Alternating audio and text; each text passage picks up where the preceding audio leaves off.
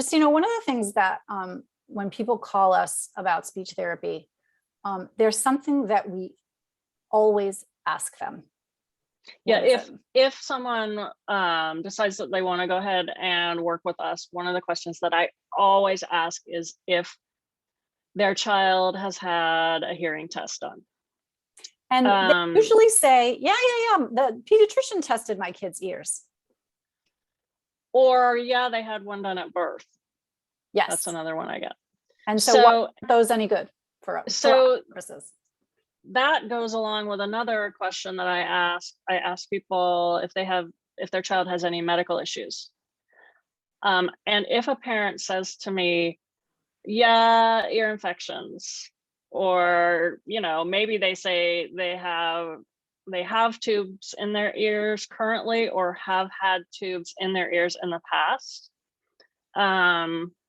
then to me it's like ding, ding, ding, ding, ding, have you had your child's hearing tested? Because I've actually even had parents who have kids who have had tubes put in and then haven't had their hearing tested after the tubes were put in. And we've had all of the cases. We had kids who never had an ear infection who had tons of fluid. And it was only picked up when the child went to an ENT. We've had kids who had lots of ear infections who were with us for a different reason, but they needed tubes. So there's any number of things that are going on. Anytime we have a speech and language related issue, we want you to get a full audiological evaluation from an audiologist who works at an ENT's or an otolaryngologist's office. Preferably a pediatric audiology full exam, and the main place we would refer a person around here would probably be Children's Hospital.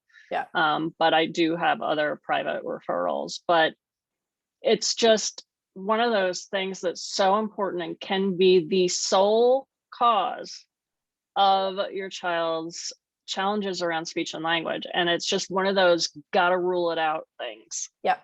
Now, that's not the same as saying, because I agree with you, but that's not the same as saying, as soon as we fix the hearing issue, the speech and language issues are going to go away. That's not the case. But if there is a hearing issue, we need to know about it, and we need to know about it immediately. So one of the things you can do, if you have questions about your child's speech and language development, schedule that audiology appointment now.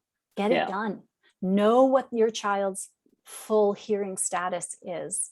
Because that's just hugely important.